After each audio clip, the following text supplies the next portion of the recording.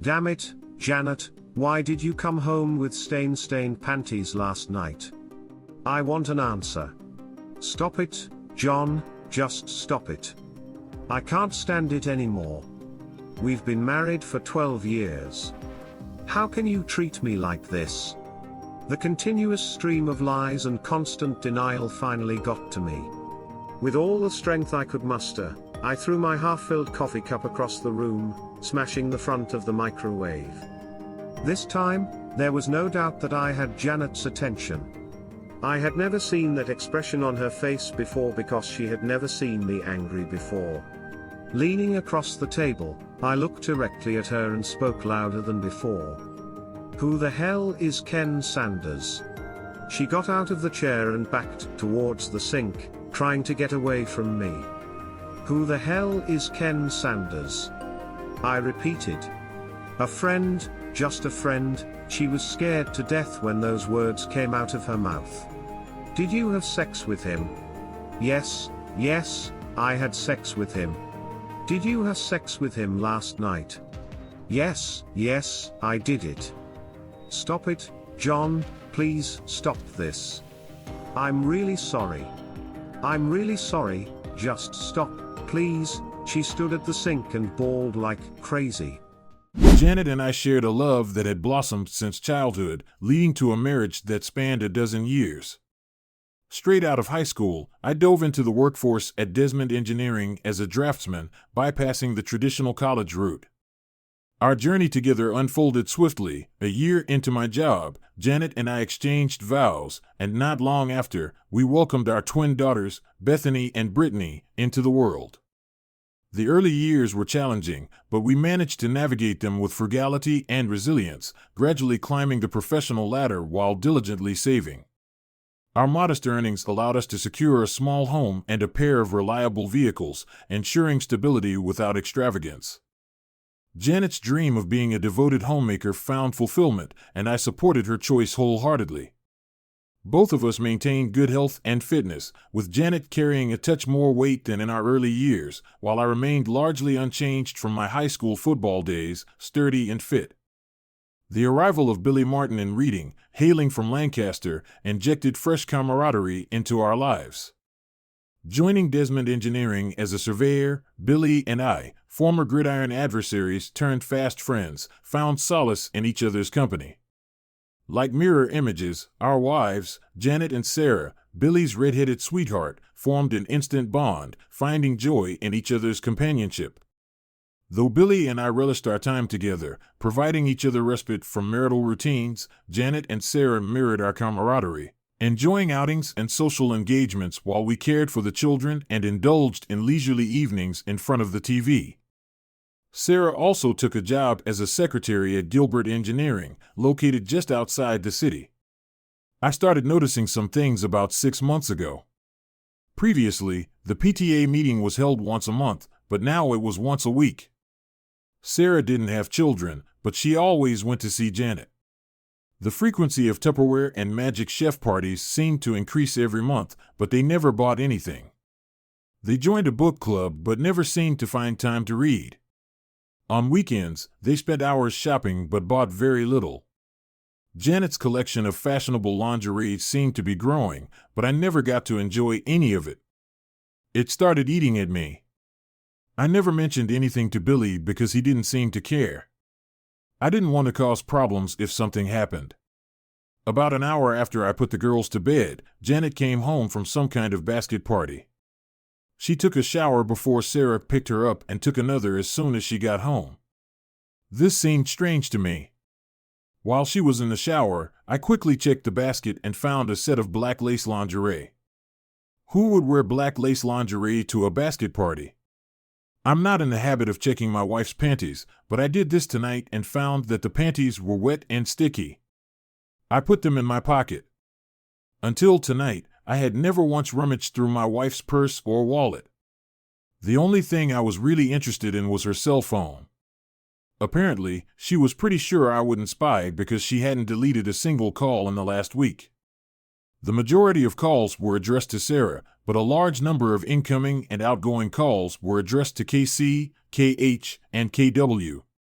Of course, I had no idea who they were, but I quickly realized that the C stood for cell, the H stood for home, and the W probably stood for work.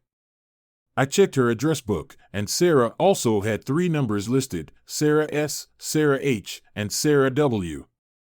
I was amazed at how well organized my wife's phone was. I looked at Sarah's work number and noticed that it had an extension. I looked at KW's number, and it was the same number as Sarah's, but with a different extension. It wasn't hard to guess that Janet was calling and receiving calls from someone who worked with Sarah. It was also easy to guess that Sarah must have been the one who introduced Janet and the mysterious Company K. Gilbert Engineering was now closed, so I took Janet's phone and called KW's number. "Hello, you've reached Ken Sanders' desk. I'm not at the desk right now, but if you leave your name and phone number, I will contact you as soon as I can." I hung up immediately after the signal. "John, are you going to bed?" Janet simply poked her head around the doorway. "I'm almost finished with this book. I'll get up as soon as I finish it, if I don't fall asleep on the sofa." Of course, I had every intention of sleeping on the couch. It was a restless night. I kept trying to figure out what I did wrong or what I could have done differently. It was a terrible waste of time and mental effort. Every time I redirected my thoughts to what I should do, they kept coming back to what I should do. I kept looking at the clock, and it didn't move at all. I knew for sure that I was not going to take any blame for what happened or what was going to happen. I woke up to the sounds of my 2 little angels cooking breakfast. Janet encouraged them to take care of themselves rather than wait. It was a good idea, and it seemed to work. I was stretching and scratching myself when my wife entered the room. "You better hurry up, John, or you'll be late for work." "No problem. I'm not going to work today." "Why?" "You never miss work." "Too many personal problems." I yawned and trudged towards the bathroom. I needed a shower. Janet looked a little puzzled when I returned. The girls had already left for school. I took a cup of coffee and sat down at the table opposite my wife. She looked at me reluctantly, as if expecting something but not knowing what. "Tell me about your novel," I said. I didn't want to beat around the bush, but I almost knew she wasn't going to just open up and bare her soul.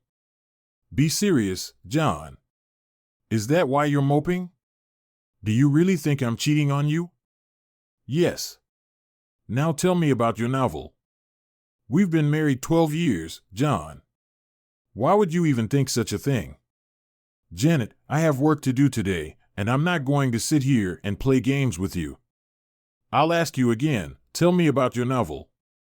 My loving wife let out an exasperated sigh and leaned towards me. "John, it's all in your head. There is no romance here." "Well, I'd like to thank you for your honesty, but I can't right now, can I?" I said. She leaned back in her chair and sipped her coffee as if she had taken control of the situation. "Can you answer me a few simple questions?" "Questions?"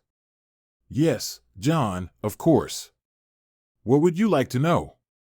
"Why do you go to PTA meetings every week even though the PTA secretary says they only have monthly meetings and you haven't been to one in 6 months?" "I do not understand what you're saying." She was a little less sassy. "You and Sarah go to non-existent PTA meetings every Tuesday. Why would you lie about something like that?" Janet pondered the question for a while and then found the answer. "I'm truly sorry, John.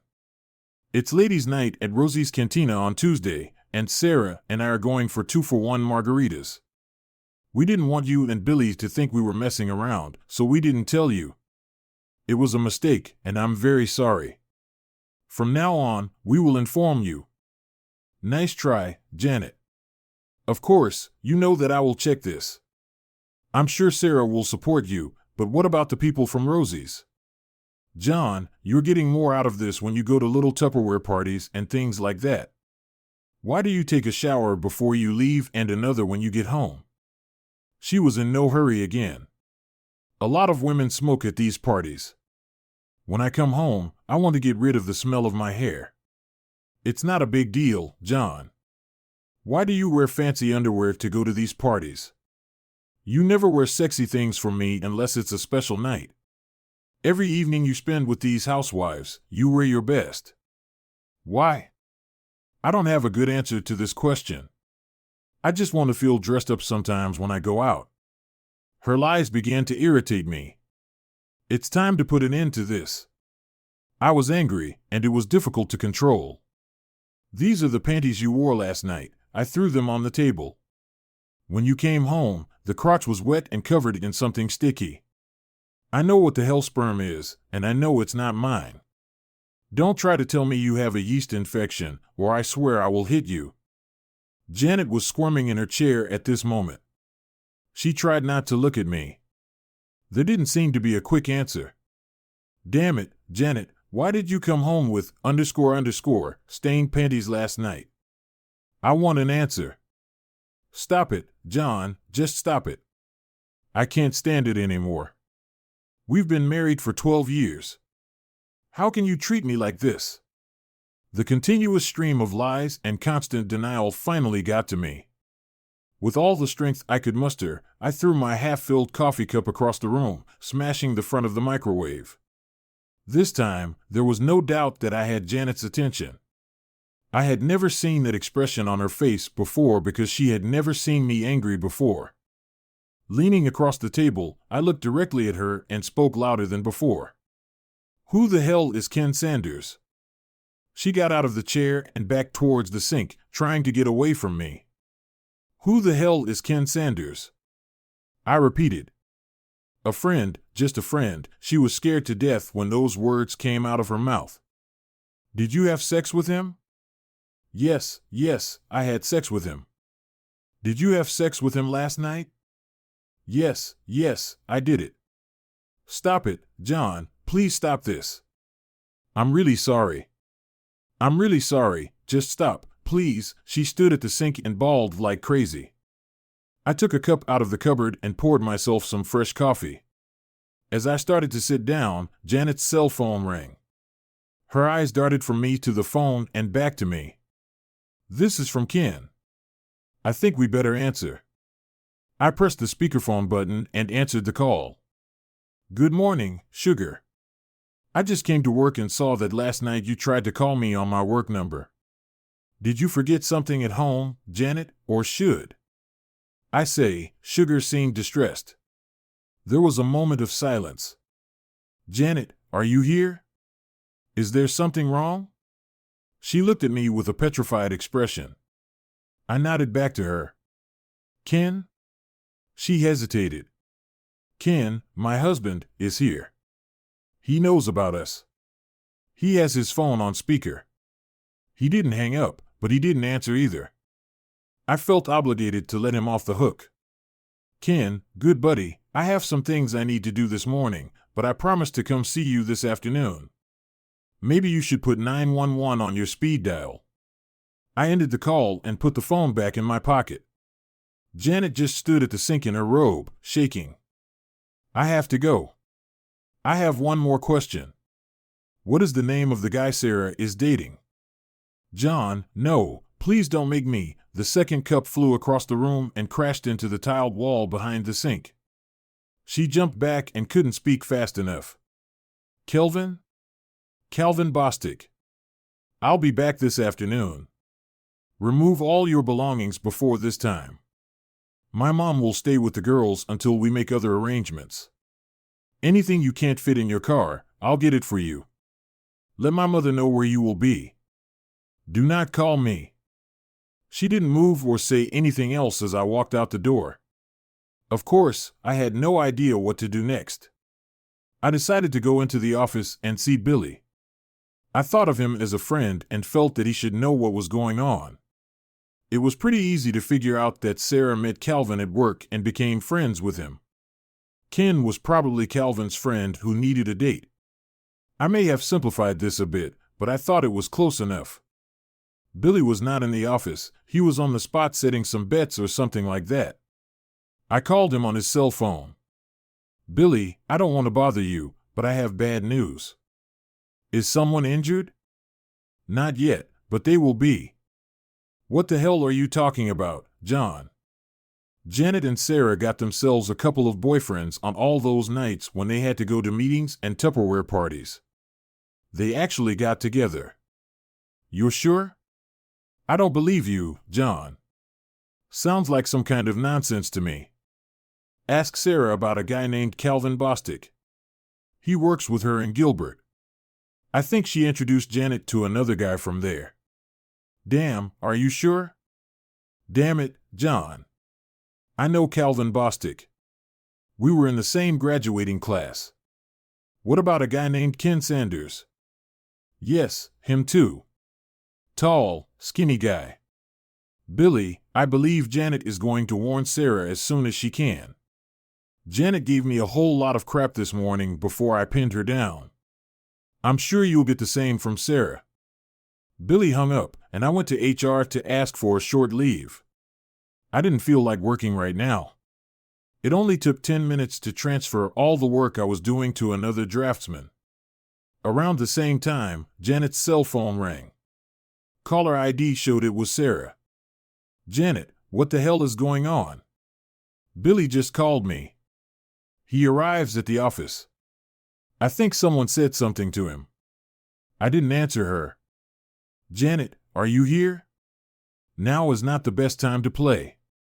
Hi, Sarah, this is John. I had to borrow Janet's cell phone this morning. Mine was dead. What are you talking about? Sarah, what exactly did someone say to Billy? I couldn't help it. At that moment, I felt angry and disgusted. I'm so sorry, John. I thought I was calling Janet. I'll try to take her home. I don't think you should bother her right now. She is very busy packing all her things.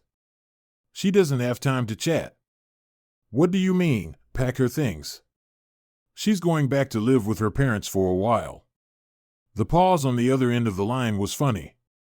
I smiled as I imagined all the scenarios running through Sarah's head.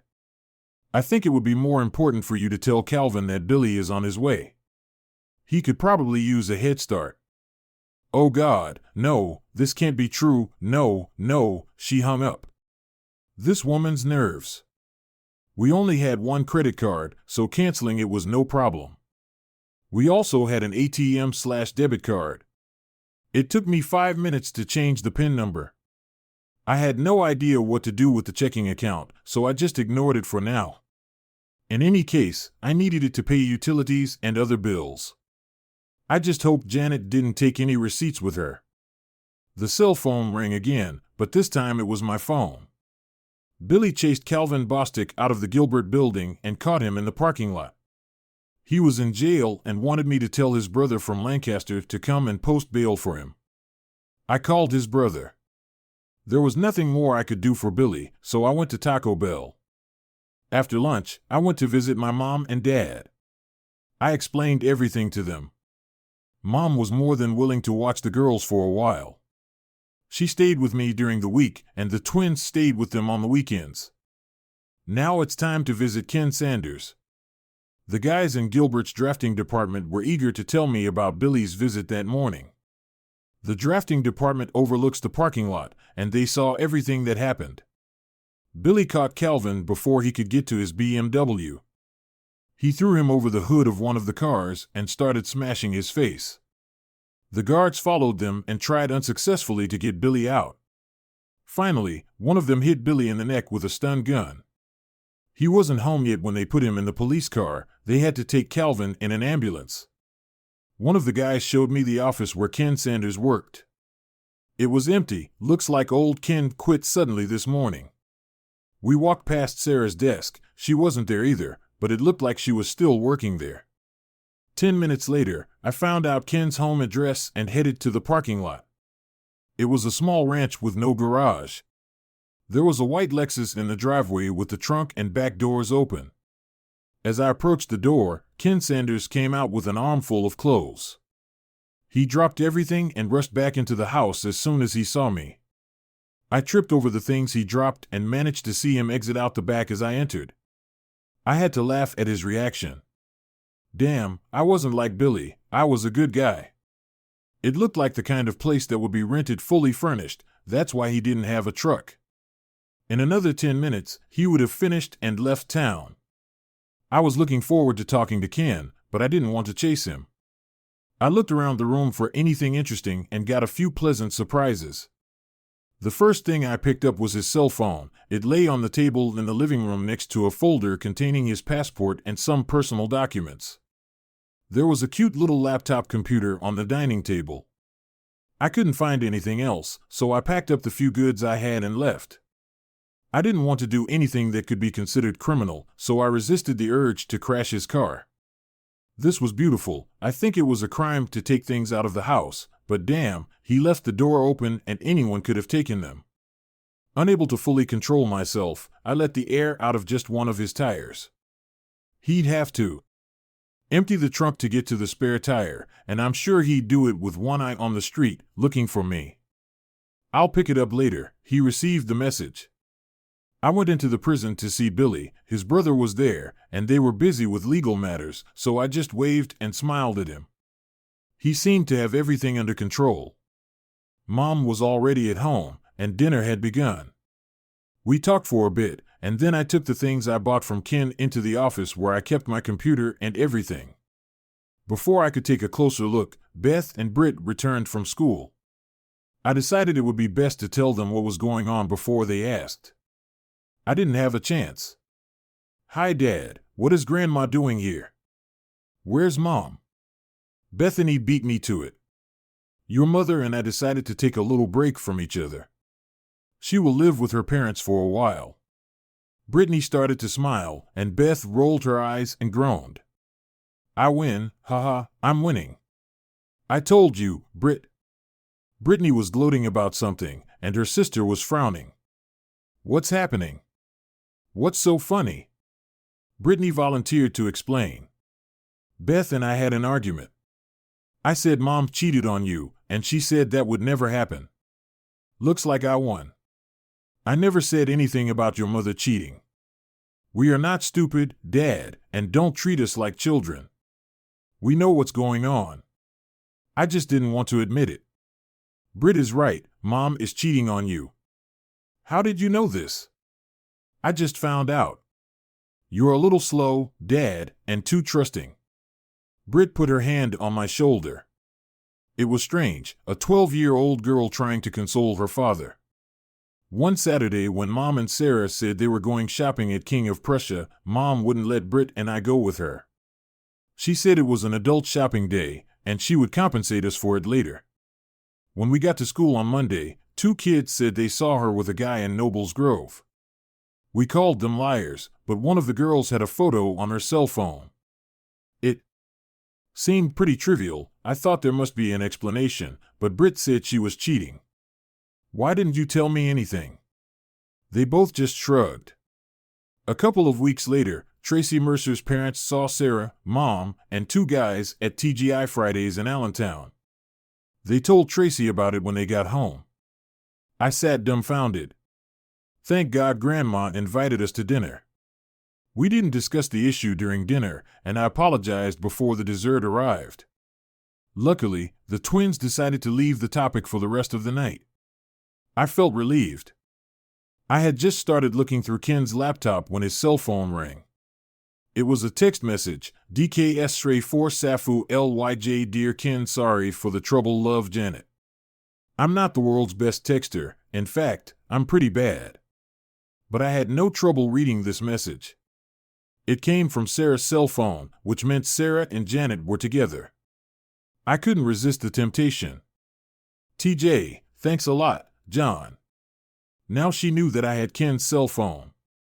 I spent the next couple of hours going through files and folders on Ken's computer.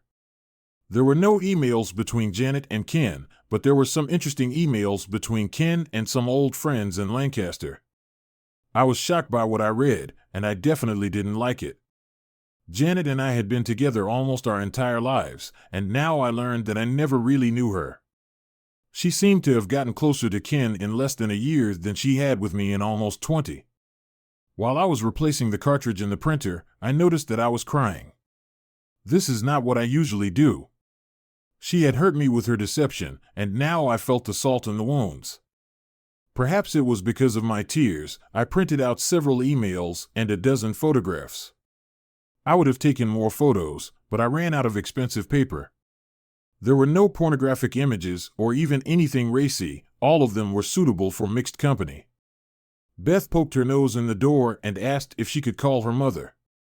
I didn't feel like I could refuse. My mother was with the twins while they talked to Janet and overheard everything. She didn't eavesdrop, but it seemed like the girls weren't trying to hide anything. Mom later told me that they didn't cut Janet any slack and blamed her for the whole problem. The conversation lasted less than 5 minutes. The emails were extremely interesting.